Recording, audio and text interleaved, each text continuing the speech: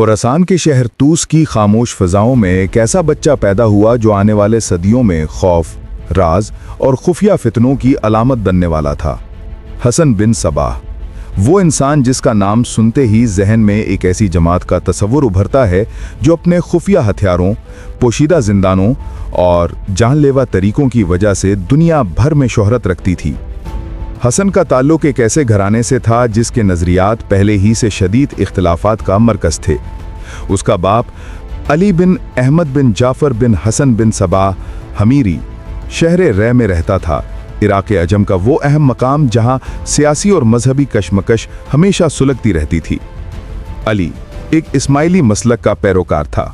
तेज़ दिमाग मगर चालाक, नर्म गुफ्तार मगर अंदर से अयार।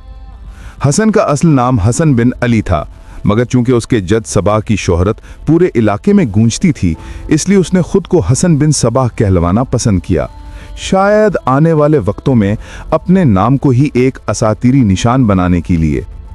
इस जमाने में रै की बागडोर अबू मुस्लिम राजी के हाथ में थी, एक नर्म दिल मगर उसूल पर कायम हुक्मरान। अली के अकायद अबू मुस्लिम को सख्त नापसंद थे और अली हर वक्त झूठी कस्में खाकर अपने सहीउल अकीदा होने का दावा करता रहता ताकि किसी तरह हुक्मरान की निगाह में मशकूक न ठहरे। इसी कशमकश के दौरान अली ने अपने बेटे हसन को निशापुर ले जाने का फैसला किया। क्यों? ताकि लोग समझें कि उसका घराना भी अहले सुन्नत के बड़े उलमा की तरबियत हासिल कर रहा है। निशापुर में इस दौर के सबसे बड़े उस्ताद इमाम मुवफ़्फ़क़ का दर्स चलता था, वो उस्ताद जिनके शागिर्द अक्सर आला मनसबों तक पहुंचकर शोहरत पाते थे। लोग कहते थे कि इमाम मुवफ़्फ़क़ की शागिर्दी जाहो हशम की जमानत है। लेकिन यहाँ एक राज पोशीदा था। हसन बिन सबाह पहले ही कई बरस अब्दुल मलिक बिन अताश जैसे बड़े इस्माइली दाई से तरबियत पा चुका था, यानी उसकी बुनियादें किसी और सोच पर रखी जा चुकी थीं और अब वो निशापुर के मदरसे में ज़ाहिरी तौर पर कुछ और सीख रहा था और बातिन में कुछ और। एक ऐसा मिलाप जिससे मुस्तकबिल में एक खतरनाक अक्ली कुव्वत, एक फिक्री बगावत और एक खुफिया निज़ाम जन्म लेने वाला था। निशापुर के मकतब में हसन को दो ऐसे हमनशीन मिले जिन्होंने तारीख का रुख बदल देना था। ख्वाजा हसन तूसी, जो बाद में निज़ामुल मुल्क कहलाया, और हकीम उमर ख़याम, रियाज़ीदान, फ़लसफ़ी और शायर। तीनों एक साथ बैठते, पढ़ते, बहस करते और अपने मुस्तकबिल के ख्वाब बनाते। एक शाम ग़ुरूब आफ़ताब के धुंधलके में मदरसे के सेहन में ये तीनों इकट्ठे बैठे थे। फ़िज़ा में ठंडी हवा चल रही थी। हसन ने आहिस्ता से कहा, तुम जानते हो, दुनिया कहती है कि इमाम मुवफ़्फ़क़ के शागिर्द आखिर में बुलंद मर्तबे पर पहुँचते हैं। अगर किस्मत हम तीनों पर मेहरबान ना भी हुई तो कम से कम हम में से एक ज़रूर बुलंद होगा। निज़ामुल मुल्क ने मुस्कुराकर कहा, अगर किस्मत ने हमें रास्ते जुदा भी दे दिए, रिश्ता टूटना नहीं चाहिए। उमर ख़याम ने सर हिलाया, हम तीनों में से जिसके पास इज्जत, जाह या इख्तिदार आए, वो बाकी दोनों को भी शरीक करेगा। ये हमारा मकतबी मुआहिदा होगा। हसन ने अपना हाथ आगे बढ़ाया, तो फिर आज अहद करो, जो बुलंद होगा दूसरों को भी अपने जाह में बराबर का हिस्सा देगा। कोई खुद को दूसरों से अफजल नहीं समझेगा। तीनों ने हाथ एक दूसरे के ऊपर रख दिए। हम एक दूसरे को कभी अकेला नहीं छोड़ेंगे। इज्जत मिलेगी तो मिलकर बांटेंगे। हम तीन नहीं, एक हैं। ये वो मुआहिदा था जिसने बाद में पूरी तारीख बदल देनी थी, क्योंकि तीनों की किस्मत की सिमतें एक दूसरे से बिल्कुल मुख्तलिफ होने वाली थीं। वक्त गुजरा, इल्म मुकम्मल हुआ, रास्ते जुदा हो गए। हसन अपने बाप के पास रे लौट आया, मगर कुछ ही अरसे बाद अबू मुस्लिम राजी को खबर मिली कि हसन के पास इस्माइली दाइयों की एक जमात आई है। शुबे ने घेरा, हुक्म जारी हुआ कि हसन बिन सबाह को फौरन गिरफ्तार किया जाए। तलाश हुई, घर छाने गए, मगर हसन हाथ न आया। अबू मुस्लिम ने सख्त लहजे में कहा, यह शख्स मुस्तकबिल में एक फितना खड़ा करेगा, ये कमज़ोर जहनों को गुमराह करेगा और ज़माना इसके शर को याद रखेगा। वक्त ने आगे चलकर ये पेशगोई हर्फ बहर्फ सच कर दिखाई। दूसरी तरफ उनके मकतबी दोस्तों की किस्मत ने बिल्कुल दूसरा रुख लिया। ख्वाजा हसन तूसी दरबार सल्जूकिया तक पहुंचा, फिर तरक्की की सीढ़ियां चढ़ता हुआ सल्जूकी सल्तनत का वजीर आजम बना और दुनिया ने उसे निज़ामुल मुल्क के नाम से जाना। और इधर हसन अपनी एक अलग दुनिया, एक अलग मंसूबा, एक खुफिया रास्ता बनाने में मसरूफ था। एक ऐसा रास्ता जो बाद में बातनी तहरीक, कलाउल मौत और हशाशीन के नाम से दुनिया की तारीख को हमेशा के लिए बदल देगा। हसन सबाह जब मकतब की दुनिया से अपने हम मकतब दोस्तों के अहदो पैमा लेकर निकला तो उसके सामने ज़िंदगी की राहें बिल्कुल अजनबी और वीरान थीं। रोज़गार की तलाश में वो एक शहर से दूसरे शहर भटकता रहा, मगर किसी जगह किस्मत ने उस पर दरवाज़ा खोलने से इनकार ही किए रखा। ना कोई मशगला ऐसा मिला जो उसकी बेलगाम तमन्नाओं को संभाल सके, ना कोई रास्ता जो उसकी बुलंद परवाज़ी का जवाब दे सके। आखिरकार मायूसी और महरूमी के इस तवील सफ़र में एक खबर उसके कदम रोक देती है। निज़ामुल मुल्क तूसी, वही हम मकतब दोस्त, सल्जूकियों का वज़ीर आज़म बन चुका था और पूरी सल्तनत का सयाहो सफ़ेद उसके हाथ में था। ये वो लम्हा था जब हसन सबाह ने फ़ौरन नैशापुर का रुख किया। सन 465 हे में वो निज़ामुल मुल्क के दरवाजे पर पहुंचा। ख्वाजा ने पुरानी दोस्ती का ऐसा हक अदा किया कि मेज़बानी की कोई हद बाकी ना रही। इज़्ज़त, एहतराम, शफ़क़त सब कुछ उसके कदमों में डाल दिया। एक दिन हसन सबा ने निहायत संजीदगी से कहा, ख्वाजा, आप अहले यकीन में से हैं, जानते हैं कि वज़ारत एक फ़ानी मनसब है। मुझे डर है कि कहीं आप दुनिया की इस चमक दमक में फंसकर हमारे बचपन के अहद को ना भूल जाएं। ख्वाजा मुस्कुराया और वो मुस्कुराहट उसकी सच्चाई की गवाह थी। हसन, सिर्फ वज़ारत ही नहीं, मेरे तमाम अमलाक, मेरा हर इख्तियार, तुम इसमें मेरे शरीक हो। ये सिर्फ अल्फाज नहीं थे, वो अहद की वफा थी। ख्वाजा ने हसन की सुल्तान मलिक शाह से मुलाकात कराई, उसकी अक्ल दानिश की तारीफ़ें सुनाईं और उसे सल्तनत का मोतमिद ख़ास मुकर्रर करा दिया। ये मंतबा वज़ीर आज़म के इख्तियारात से कुछ कम न था, मगर हसन सबा की फितरत में कनात नहीं थी। वो इख्तियार चाहता था, ऐसा इख्तियार जिसमें किसी दूसरे की शिरकत ना हो। उसके दिल में एक ही ख्वाहिश पनपने लगी, काश किसी तरह वो निज़ामुल मुल्क के बराबर नहीं बल्कि उसकी जगह खड़ा हो जाए, उसकी वज़ारत में शरीक होकर फिर खुद तन्हा ताजे वज़ारत का मालिक बन जाए। यहीं से उसके सीने में एक जहर जन्म लेता है, मोहसिन कुशी का जहर। और फिर वो मौके की तलाश में रहने लगा कि कब और कैसे ख्वाजा निज़ामुल मुल्क को सुल्तान की निगाहों में गिराकर अपने लिए रास्ता बना सके। सुल्तान मलिक शाह एक बार हलब गया। वहाँ एक नायाब किस्म का संगे रुखाम तैयार होता था, जिसके बर्तन पूरे मुल्क में अपनी मजबूती और नज़ाकत की वजह से मशहूर थे। सुल्तान ने हुक्म दिया कि 500 मन संगे रुखाम आसफहान भेजा जाए। हलब में नक्लो हमल के अफसर ने ये बार 2 अरब काफला बरदारों के सुपुर्द किया। एक के पास 6 ऊँट थे, दूसरे के पास 4 ऊँट। दोनों के ऊँट पहले ही 500-500 मन सामान से लदे हुए थे, मगर हुक्म शाही के आगे इनकार न था। लिहाजा दोनों ने 500 मन पत्थर आपस में बांट लिया और सफ़र पर रवाना हो गए। जब वो आसफहान पहुंचे तो सुल्तान उनकी तेज़ रफ्तारी से बेहद खुश हुआ। इनाम में 1000 दीनार अता फरमाए और कहा कि ये दोनों काफला बरदारों में इंसाफ के साथ तकसीम किए जाएं। काफला बरदारों ने निज़ामुल मुल्क के दरबार में हाजिर होकर तकसीम की दरख्वास्त की। निज़ामुल मुल्क ने सादगी और वाकिफ़े हाल अंदाज में फैसला किया, 6 ऊँट वाले को 600, 4 ऊँट वाले को 400 दीनार मिलेंगे। लेकिन बिजली की तरह ये खबर हसन सबा तक पहुंची। वो तंजिया मुस्कुराहट के साथ बोला, निज़ामुल मुल्क ने सख्त गलती की है। असल इंसाफ यह है कि 6 ऊँट वाले को 800 और 4 ऊँट वाले को सिर्फ 200 मिलें। यह आवाज़ आखिरकार सुल्तान तक पहुंची और हुक्म हुआ कि दोनों वजीर और हसन सबा दरबार में हाजिर किए जाएं। सुल्तानी महल अस्फहान, तवील सुतूनों के साए दीवारों पर सुनहरी शमें और मरकज़ में मलिक शाह सल्जूकी अपनी बुलंद मसनद पर। सुल्तान मुस्कुराते हुए, ख्वाजा निज़ामुल मुल्क, सुना है तुम्हारी तकसीम में कुछ लग़ज़िश हुई है।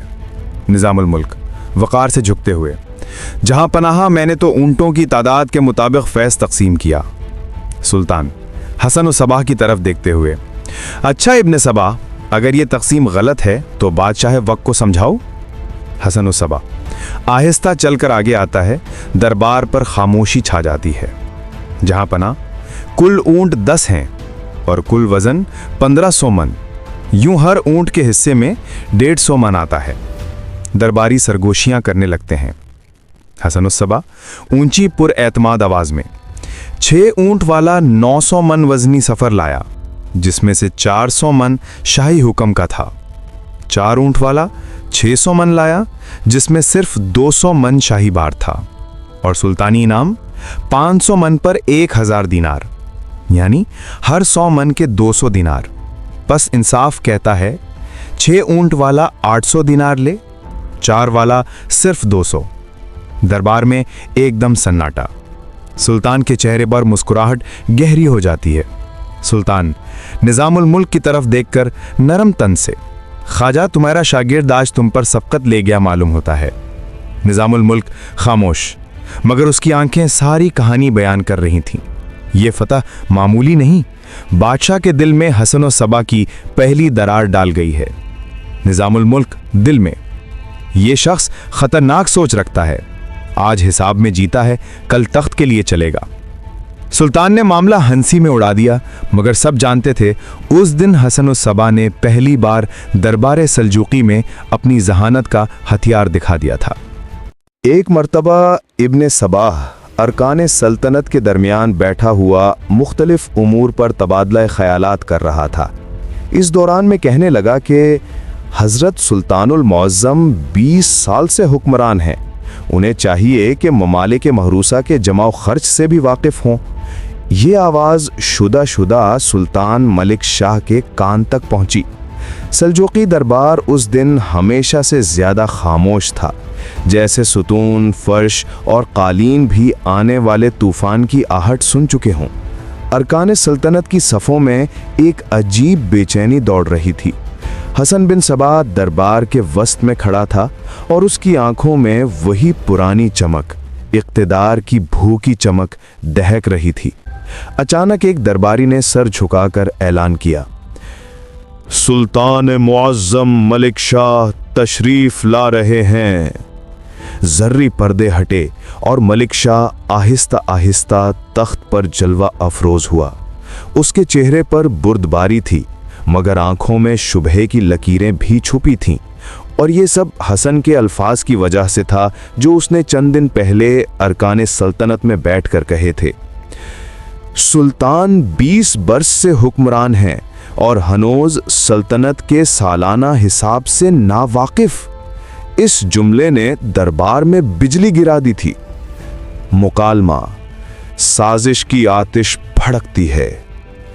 सुल्तान ने गहरी आवाज में कहा, ख्वाजा निजामुल मुल्क, 1 साला हिसाब का मुकम्मल चट्ठा तैयार होने में कितना वक्त लगेगा? निजामुल मुल्क ने मुअद्दिबाना झुककर अर्ज किया, खुदावंदे आलम, सल्तनत शिगर से रूम तक फैली हुई है। सही और मुकम्मल हिसाब के लिए कम अज कम 2 बरस चाहिए। दरबार खामोश, और फिर हसन बिन सबा आगे बढ़ा। उसके कदमों की चाप में भी तकब्बुर छुपा हुआ था। जहां पनाह, अगर ये काम मुझे दिया जाए तो मैं सिर्फ 40 दिन में पूरी सल्तनत का हिसाब पेश कर सकता हूं। दरबार में सरगोशियां गूंज उठीं।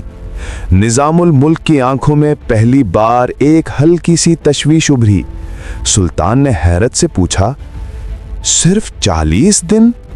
हसन ने सर झुकाकर मगर गुरूर से भरपूर लहजे में कहा, जी हुजूर, बशर्ते के दफ्तरे वजारत और तमाम अमला मेरे हवाले कर दिया जाए। निजामुल मुल्क दिल ही दिल में जान चुका था कि ये खेल क्या है, लेकिन वो खामोश रहा। सुल्तान ने आजमाने के लिए हुक्म जारी कर दिया और 40 दिन की मोहलत दे दी, और हसन बिन सबा ने वाकई हैरत अंगेज तौर पर 40 दिन में सारा हिसाब मुकम्मल करके निजामुल मुल्क को खिजालत के तफक्कुर में डाल दिया। और फिर निजामुल मुल्क ने एक चाल चली। उस रात नैशापुर की फिजा पर गहरा सुकूत छाया हुआ था। दफ्तर वजारत में चिराग मद्धम जल रहा था। हसन बिन सबा ने पूरा हिसाब मुरतब करके अलमारी में बंद करके अपनी निगरानी में ताला लगवा दिया। वो इत्मीनान से रुखसत हुआ, लेकिन चंद गलियां आगे जाकर ऐनन यही शख्स निजामुल मुल्क का खास रिकाबदार किसी अंधेरे गोशे में किसी नौकर से सरगोशी करता सुनाई दिया। रिकाबदार, हुक्म ख्वाजा है, ये औराक सुबह तक काबिले पेशी न रहें। हसन के नौकर को सोने की थैली दिखाई गई। वो लम्हे भर को रुका, मगर लालच की चमक ने ज़मीर को खामोश कर दिया। आहिस्ता आहिस्ता खौफनाक तरतीब से हिसाब के सफ़हात एक भारी सांस लेते हुए उल्टा पुल्टा कर दिए गए। वो रात जिसमें नैशापुर के आसमान पर एक अजीब खामोशी फैली हुई थी। हिसाब के पर्चे बिखर चुके थे, साजिश का खेल हो चुका था, लेकिन हसन बिन सबाह को इस अंधेरे खेल की हवा तक न हुई। हसन बिस्तर पर लेटा और उसके जहन में एक ही ख्याल गर्दिश करता रहा, सुबह सुबह सब कुछ बदल जाएगा। आज मैं साबित कर दूंगा कि असल दिमाग किसके सर में है। आज तख्ते वजारत की कुंजी मेरे हाथ आएगी और निजामुल मुल्क की सारी चालें, सारी बड़ाई मेरे एक हिसाब के आगे मिट्टी बन जाएगी। ये सोचकर वो पूरे इत्मीनान से सो गया। रात भर उसके चेहरे पर एक फातिहाना तबस्सुम रक्स करता रहा, जैसे वो ख्वाब में ही वजारत के तख्त पर बैठ चुका हो। सुबह हुई। हसन बिन सबा शाही महल की तरफ बढ़ रहा था। चोगा झलमिलाता हुआ, कदमों में गुरूर, आंखों में एक मक्कार सी चमक और हाथ में वही हिसाब की किताब जिसे वो अपनी कामयाबी की सनद समझ रहा था। हर कदम के साथ उसके दिल में एक ही नारा गूंज रहा था, आज निजामुल मुल्क का सितारा डूब जाएगा और मेरा तुलू इस सल्तनत के उफक पर हमेशा के लिए सब्त हो जाएगा। वो दरबार के दरवाजे पर पहुंचा, सीना तान कर कदम जोर से टेकता हुआ, यूं जैसे उसने किस्मत को जबरदस्ती अपनी मुट्ठी में कैद कर लिया हो। लेकिन उसे क्या खबर थी कि जिस किताब को वो अपनी फतह की दलील समझकर लिए जा रहा है, उसी किताब के औराक में रात ही रात गदर की एक पूरी दुनिया दफन कर दी गई है और वो पूरे यकीन के साथ अपनी ही शिकस्त उठाए दरबार में दाखिल होने वाला है। दरबार दोबारा सजा। हसन बिन सबा अपने मुसव्वदात के अंबार समेत हाजिर हुआ। सुल्तान ने वर्क पलटना शुरू किए और फिर सवालात की बौछार। ये अंदराज गलत क्यों है? ये हिसाब किस बुनियाद पर लिखा है? ये तहसील कहाँ दर्ज है?